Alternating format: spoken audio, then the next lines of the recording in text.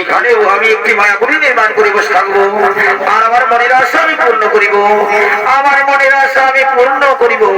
আর ওই যে দূরে দেখা যায় কশ্যপনি এই গভীর অরণ্যের দিকে আসছে, আমি এখানে বসে ও মহামন্ত্র নাম জপ করব, ও মহামন্ত্র নাম জপ করব।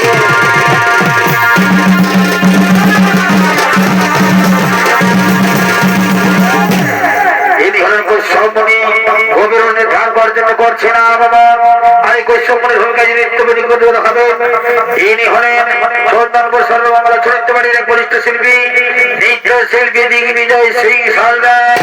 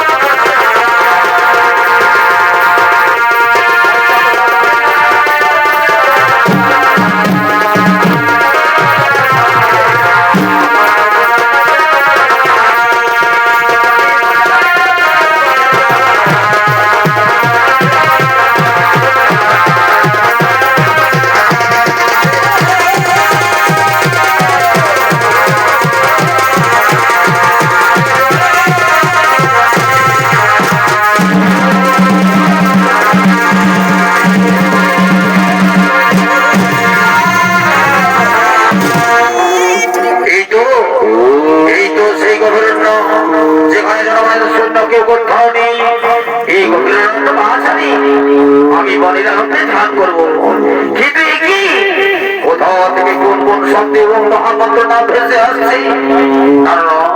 একটিবার এগিয়ে গিয়ে দেখি সেই মহামন্ত্র নাম জপ করছে এই গভীর মাঝারি। দেখি দেখি কে তুই দেবী, কিসের জন্য এই গভীর মাঝারি একাকি ও মহামন্ত্র নাম জপ করছো? প্রণাম তো বচনে মনিব, প্রণাম তো বচনে বলে দেবী, কিসের জন্য এই গভীর মাঝারি ও মহামন্ত্র নাম জপ করছো? মনিব আপনি এসেছেন, এতে আমি ধন্য হয়ে গেছি, আমার আর কিছু চাইনি। হ্যাঁ হ্যাঁ দেবী, আপনার এই কুটির সৌন্দর্য আর স্বচ্ছতা দেখে আমি অমুগ্ধ হয়ে গেছি। আমি আপনার এই কুটিরে বসে মনির আনন্দে ধ্যান করবো। হ্যাঁ হ্যাঁ মনিব, আসুন মনিব, আপনি আমার কুটিরটি নিজের মনে করে আপনি ধ্যান করতে পারেন। আসুন আসন গ্রহণ করুন, আসন গ্রহণ করুন, আসুন আসুন আসুন।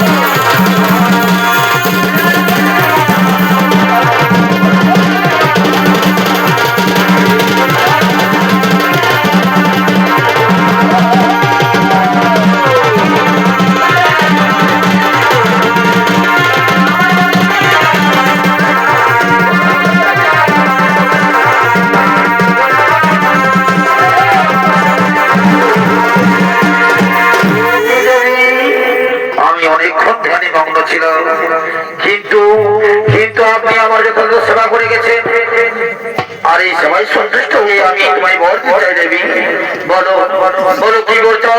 মনের মতো বর চেয়ে নাও। ভগবানী বল, আপনার সেবা করতে পেরেছি এতে আমি ধন্য, আমার অন্য কোনো কিছু বর চাইনি। না দেবী না, আমি সবাই সন্তুষ্ট হয়েছি।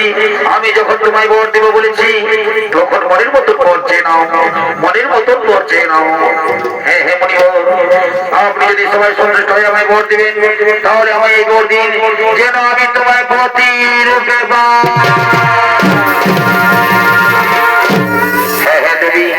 তবে ইচ্ছাই হইবে পূর্ণ। আজ থেকে আমি তোমায় স্ত্রী রূপে মেনে নিলাম, আজ থেকে আমি তোমায় স্ত্রী রূপে মেনে নিলাম। আমি তোমার প্রেম যৌবনে পাগল হয়ে আমি গভীর মাঝারে আমি তোমার সঙ্গে প্রেমালি করে জড়িয়ে পড়তে চাই। বলো পরিবর, এই আশা আমার পূর্ণ করবে কিনা? হ্যাঁ হ্যাঁ দেবী, তবে ইচ্ছাই হইবে পূর্ণ, তবে ইচ্ছাই হইবে পূর্ণ। আমি দেখছি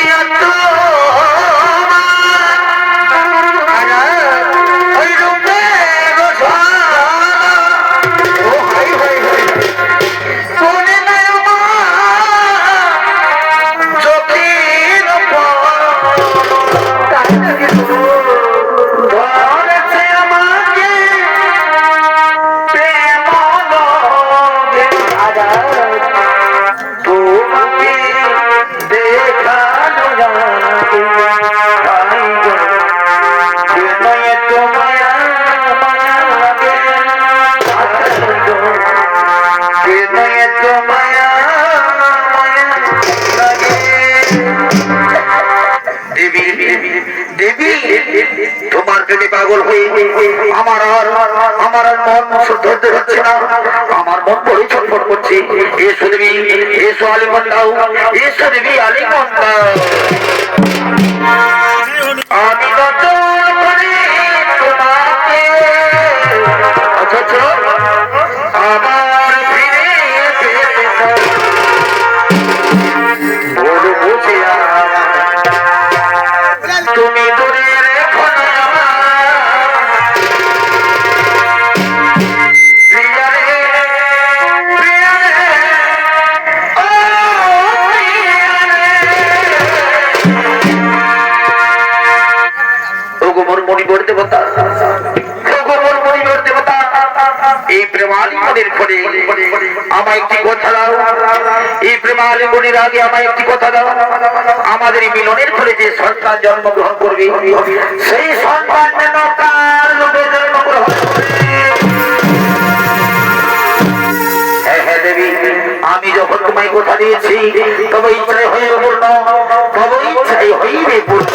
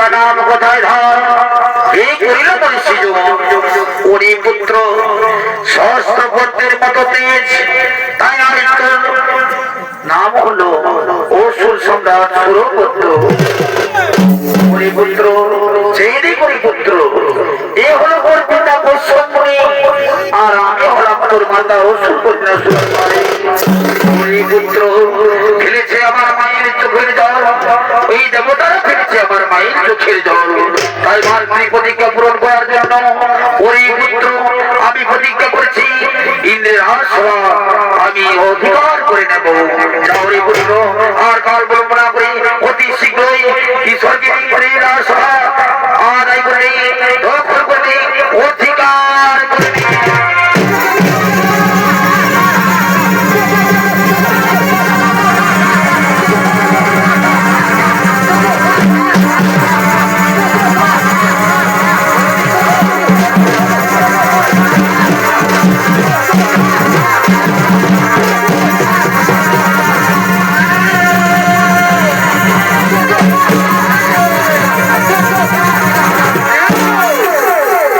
এভাবে হলো অসুর সম্রাট সুরপতির জন্ম।